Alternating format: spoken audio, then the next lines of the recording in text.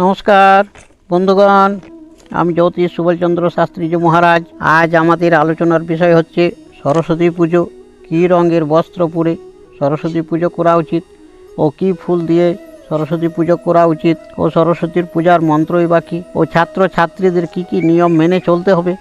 যারা আমার ভিডিও প্রথমবার দেখছেন তারা চ্যানেলটিকে সাবস্ক্রাইব করুন।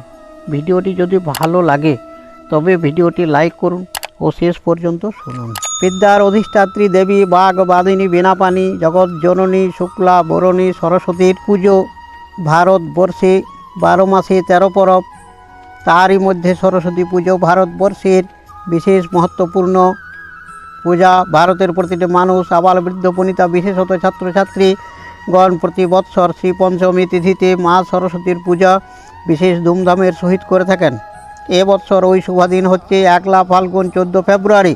ভারতের হিন্দু ধর্মাবলম্বী সকল মানুষ তার আগের দিন ক্ষৌরকর্মপূর্বক শুদ্ধাচার নিরামিষ আহার করে ব্রহ্মচর্য পালনপূর্বক মায়ের আগমনের অপেক্ষায় রাত্রি যাপন করেন। পরদিন সকালে স্নান ও নিত্যকর্ম সেরে শুক্ল বস্ত্র পরে কপালে শ্বেত চন্দনের ফোঁটা নিয়ে হাতে বেলপাতা ও ফুল নিয়ে করজোড়ে সৌভাগ্য কামনায় উদ্দেশ্যে সর্ববিঘ্ন নাশক সিদ্ধিদাতা গণেশের উদ্দেশ্যে পুষ্প দেওয়া হয়। নিম্নমন্ত্রটি বলে একদন্তং মহাকায়ং লম্বোদর গজাননম বিঘ্ন বিনাশকং দেবম হরিণম প্রণমাম্যহম। এই সিদ্ধি বিনায়ক বা গণেশ চতুর্থী ব্রত বা পূজা জ্যোতিষ গণনা অনুসারে পঞ্জিকা মতে অবশ্য এবছর সরস্বতী পুজোর আগের দিন নির্ণয় করা হয়েছে। যারা আগের দিন গণেশ চতুর্থী ব্রত বা পূজা করতে সামর্থ্য হন তারা অবশ্য খুবই ভাগ্যবান, তাদের সৌভাগ্যের সীমা থাকবে না। আর যারা পারবেন না তারা তো কাজেই সুতরাং অর্থাৎ পরের দিন অর্থাৎ মায়ের পূজার পূর্বে গণপতয়ে নম বলে পুষ্পাঞ্জলি দেবেন এবং লাড্ডু ভোগ নিবেদন করবেন। গণেশের ফটো থাকলে মাথায় ও সুঁড়ে গণেশ প্রভুর সুঁড়ে সিঁদুরের ফোঁটা দেবেন ও গণেশকে লাল ফুল দেবেন এবং লাড্ডু ভোগ লাগাবেন। লাড্ডুরও রং যদি লাল হয় তবে আরও ভালো হয়, কিন্তু কোনো ক্রমে ভুলেও তুলসী পাতা ব্যবহার করবেন না। পারলে ভক্তি ভরে গণেশের ভুটিতে হাত বোলাবেন ও করজোড়ে প্রণাম করবেন। এরূপ করলে তার বিদ্যা যশ প্রতিপত্তি ও সৌভাগ্যের সীমা থাকে না।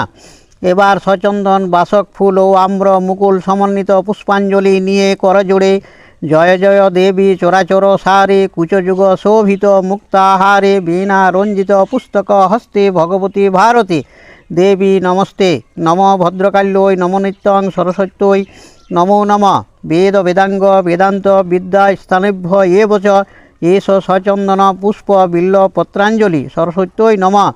এই মন্ত্রে 3 বার অঞ্জলি দিতে হয়। প্রণাম মন্ত্র: নমো সরস্বতী মহাভাগে বিদ্যে কমলোচনে বিশ্বরূপে বিশালাক্ষী বিদ্যাং দেহি নমস্তুতে। বিশেষ কথা, কামাখ্যা মায়ের কাছ থেকে পাওয়া একটি গোপন সিদ্ধ মন্ত্র ছাত্রছাত্রীদের উদ্দেশ্যে বলছি।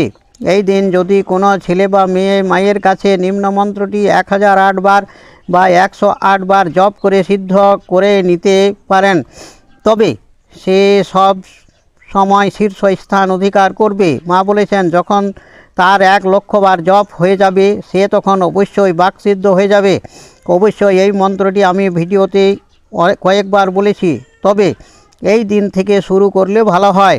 তাই আবার ছাত্রছাত্রীদের মনে করে দিচ্ছি, আমার কাছ থেকে এই মন্ত্রটি নিয়ে অসংখ্য ছাত্রছাত্রী আশাতীত ফল পেয়েছেন। আজ তারা অনেকে প্রতিষ্ঠা লাভ করেছেন, আজ তারা ভালো চাকরি করছেন এবং সুখে শান্তিতে জীবন কাটাচ্ছেন এবং মায়ের পুজোর জন্য যথেষ্ট পরিমাণে অর্থ আমার কাছে পাঠাচ্ছেন। তাহলে এবার মন্ত্রটি বলি।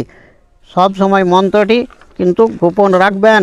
মন্ত্রটি হচ্ছে মা নিষাদ প্রতিষ্ঠাং তমগম শাশ্বতী সোমা যৎ ক্রঞ্চ মিথুনা দেকম বোধি কামমহিতম।